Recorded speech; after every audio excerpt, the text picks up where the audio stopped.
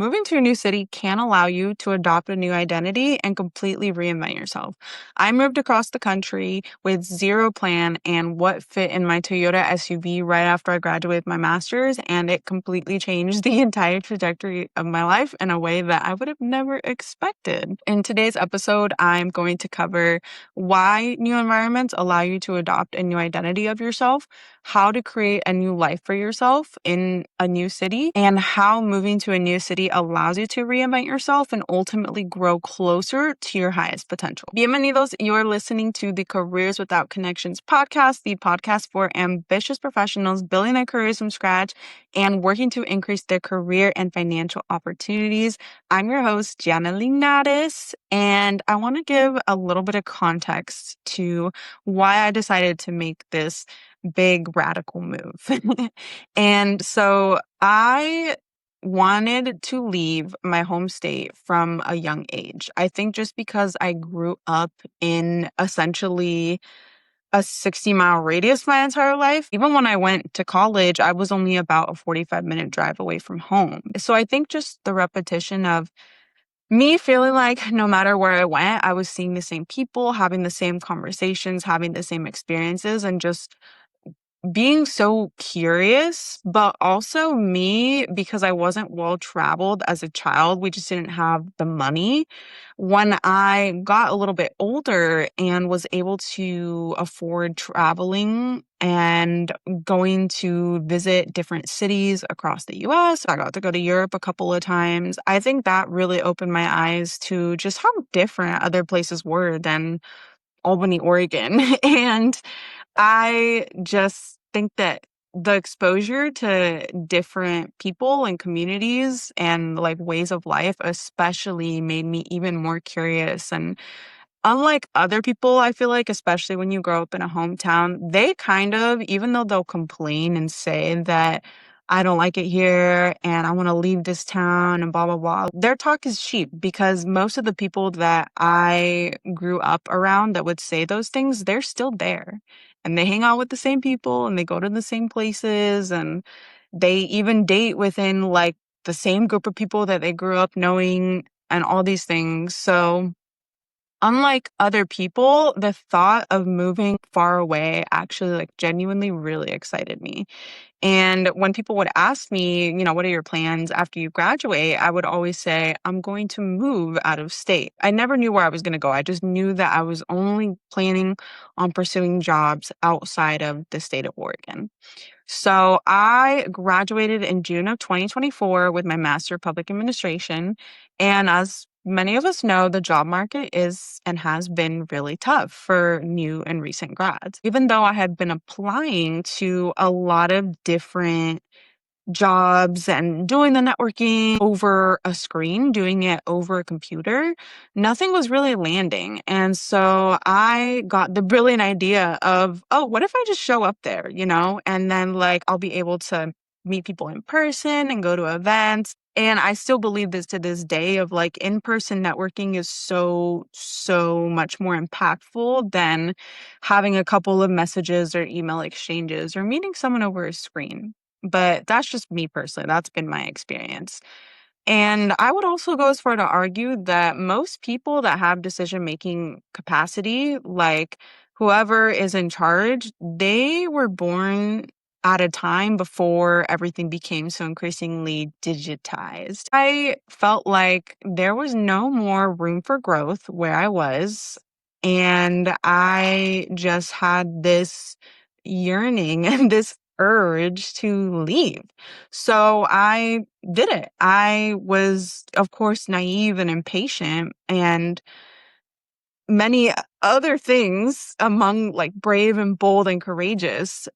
But I decided to move across the country to the great state of Philadelphia. I was like, let me build my career in the Northeast. There's a lot of Ivy Leagues around there. And if I want to jump to like Boston or New York in a year or DC, because I'm interested in working in public service and public service is going to be my whole career. Spoiler alert, it was not going to end up being my whole career. But yeah, so that was a little bit of my thought process and some of the issues that ultimately I was just like, let me just rip off the Band-Aid and full send it, and this will solve these issues that I'm having. So I drove myself across the country by myself and my dog for 5 days straight from Oregon to Philadelphia. That's 3,000 something miles, 50 something hours. And I get to Philly and I have no job.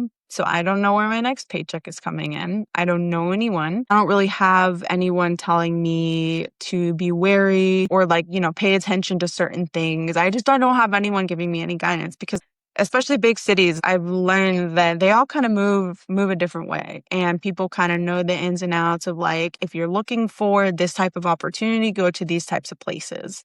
And I had also just graduated, so I had no full-time experience. When I landed my first interview for an employer in Philly, it was like my first like real official one, and I tanked it so hard. And it just threw off my whole entire day. Like, I was literally physically paralyzed with disappointment in myself. Like, I knew that they were not going to hire me and they weren't going to follow up, but it's okay because, rejection is redirection. It was for a job that was not great paying that I was not that excited about. But when you're going through that initial job searching process post grad, and especially me, like, being in a whole new city and like having spent this money to get there and, just being really constrained on my resources, you tend to feel like this desperation. And I didn't have money coming in from anyone other than myself. So if I wasn't making money somewhere, then my bills weren't going to get paid and I wasn't going to get to eat.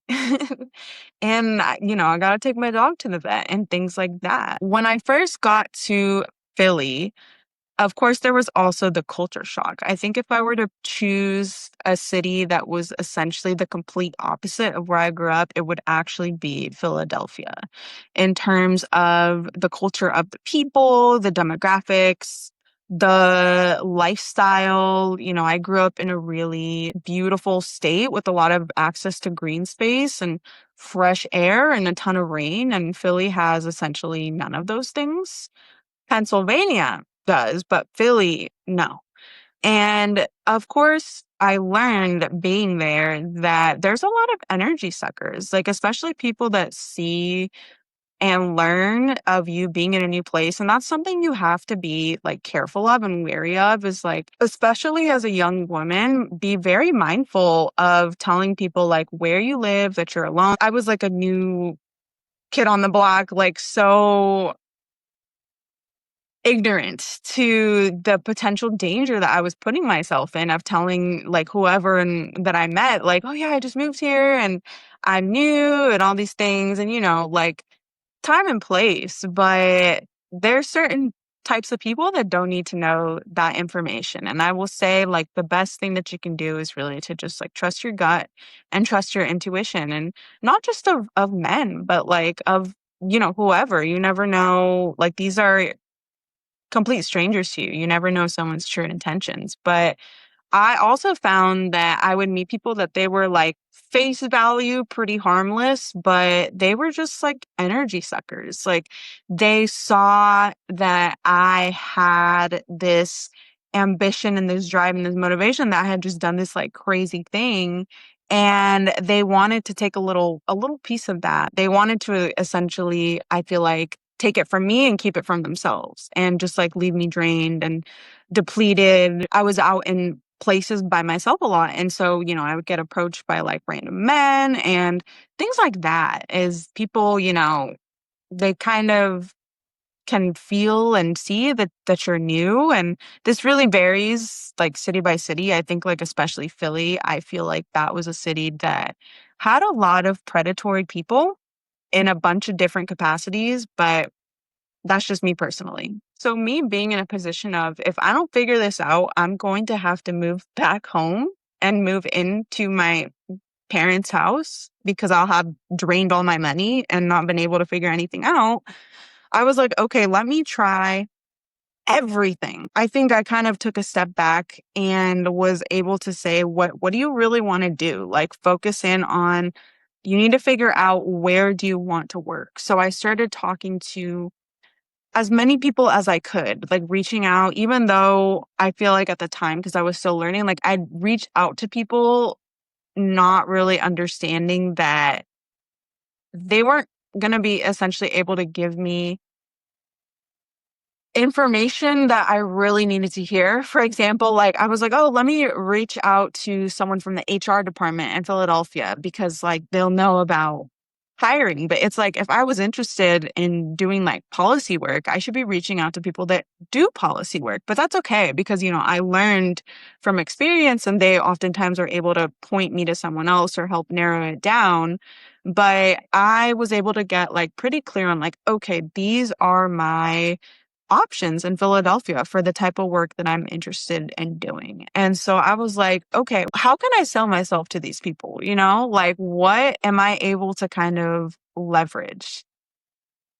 Because I am not from here. And typically, especially when it comes to local government and things like that, which is where I was pursuing roles in Philly, like a lot of the time, that's people that are from the community and they know the community. So I was just kind of like, okay, I'm really good at being super visible and putting myself everywhere. So I started cold calling and cold emailing and setting up conversations with people. If there was a job opening, I would reach out to maybe the person that was hiring for that role or the person that was going to be supervising that role.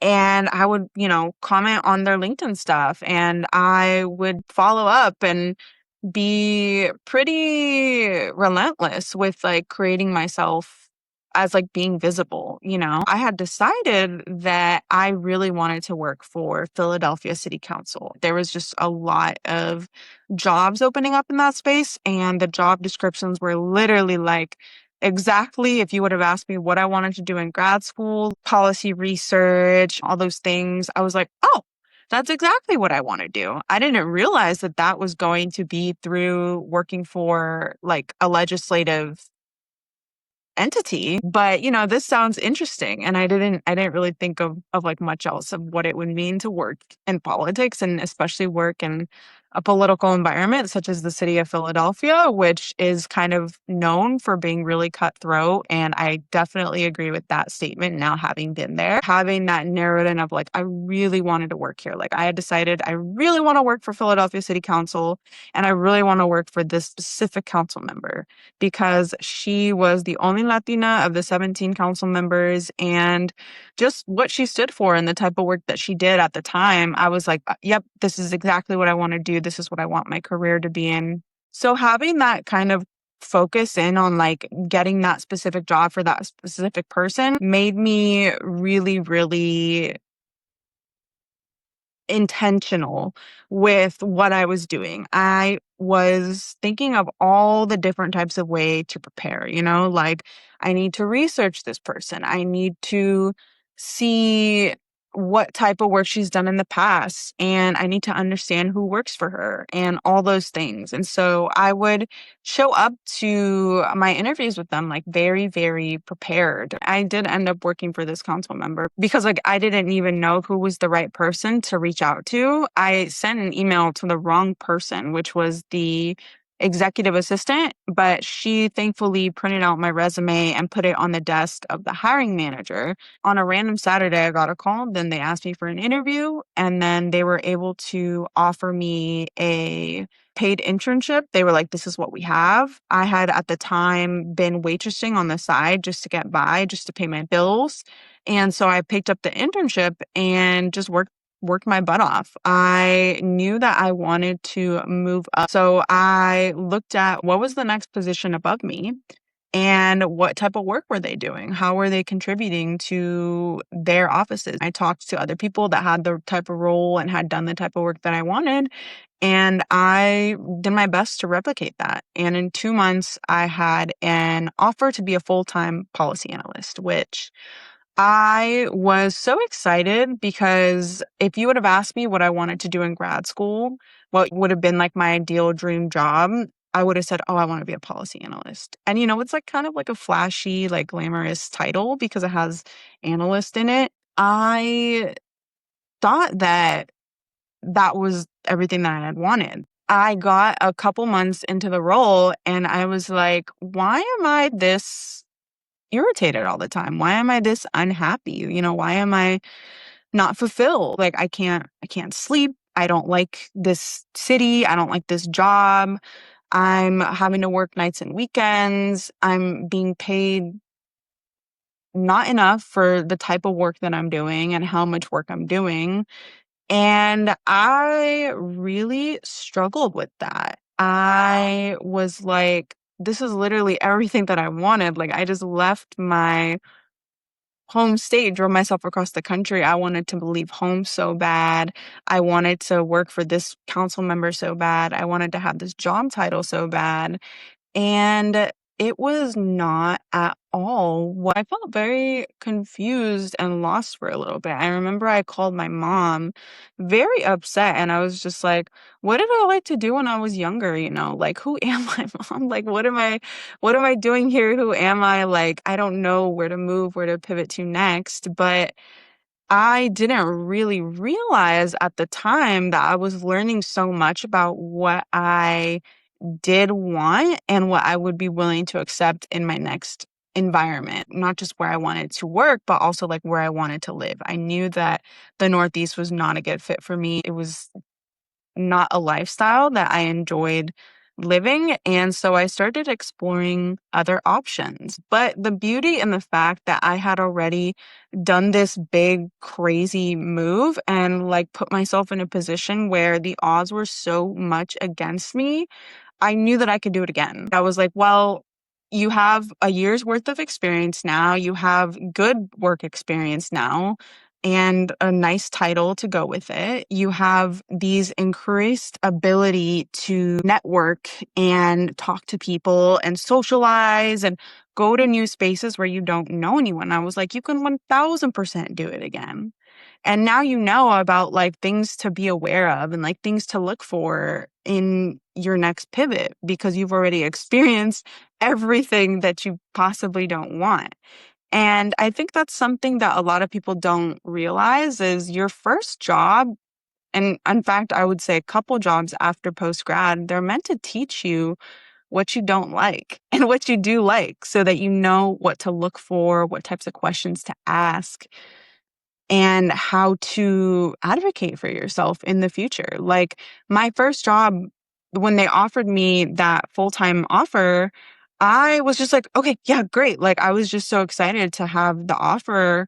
I didn't even bother to try to negotiate my salary. And that was like by far like one of my biggest regrets about like working there was not asking for more money to begin with, especially for the type of work and the job they had me doing. All of that to say, like the way that you create a new life for yourself in any city, what worked for me and what I am a very firm believer of is to literally just go outside. Make it known, like tell people this is what I want, this is what I want to do, this is what I'm interested in, this is who I am. Of course, in a very like demure and mindful way, right? But you can do anything if you are willing to kind of start from scratch and build it up. I think also especially just be willing to try new things and to be open to people and experiences and places that you never really thought prior to that you would enjoy.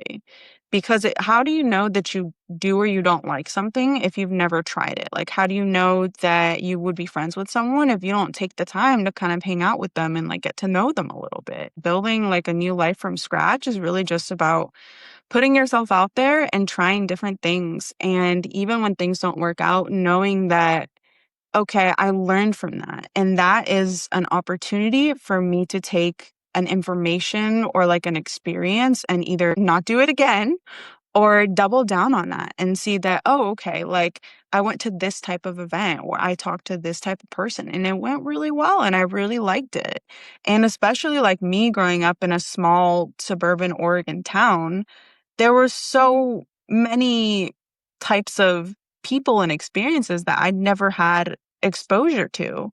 And I was willing and open to like, have that exposure. And so that really allowed me to create and build a new life for myself. was by trying and testing and working through things as a temporary like barrier, I guess you could say. Like, this is just something for me to work around. This is not something that should tell me that, no, I'm just going to like turn around and give up.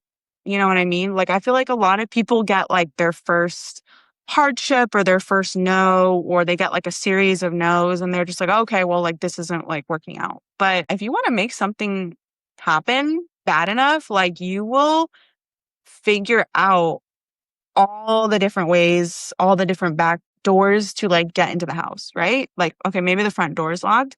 Is there a window crack? Did someone leave the back door crack? I also want to highlight the importance of like learning to not force yourself into spaces and places that you just don't fit. You know what I mean? Like, there were definitely times where I was like disappointed because I thought that I was supposed to be in this space and I was supposed to get along with these types of people. And I thought that I needed to be accepted by this type of group or whatever.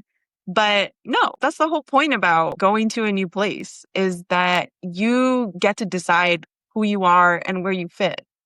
And it was really funny too, because when I still lived in Oregon and when I lived in my hometown, I remember growing up, people would always tell me, when I first met you, I thought you were going to be so mean. And I thought you were going to be a bitch and like stuff like that. And then they'd be like, oh, but then I got to know you and you were really nice. And so I had kind of been conditioned to believe that I was like a mean person or that I had to be super mindful of how I came off and how I carried myself and all these things. And then I got to Philadelphia and everyone was like, oh my gosh, you're so sweet. Like everyone that I met.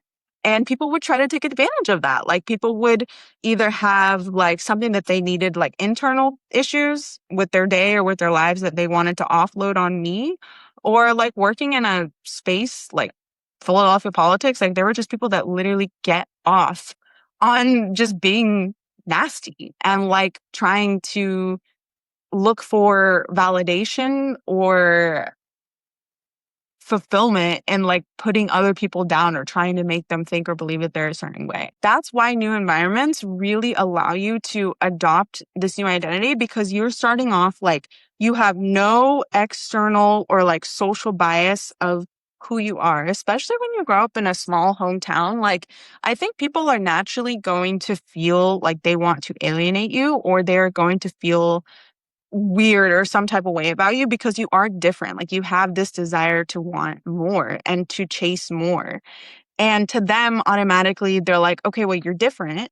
And, you know, that tends to like historically, if you're different than the rest of the pack, then they kick you out and they abandon you because they see you as a weak point or they see you as something that's going to harm the rhythm that they have going on. Another thing is that they definitely see something in you that they're really jealous of or envious of because they, again, like I grew up around so many people saying, oh, I hate this town and I want to leave. And they live in that town and their roommates are their friends from high school and they make zero effort to do anything other than stay in that town and hang out with the same people. And because they know that it's hard, it's challenging, it's not easy, and it's scary. And you leave this comfortability and this familiarity when you leave your hometown, especially your home state. You are able to show up in this new place and like you can be anyone that you want. Like you can, you know, granted, this is always an option, but it's so much easier when you don't have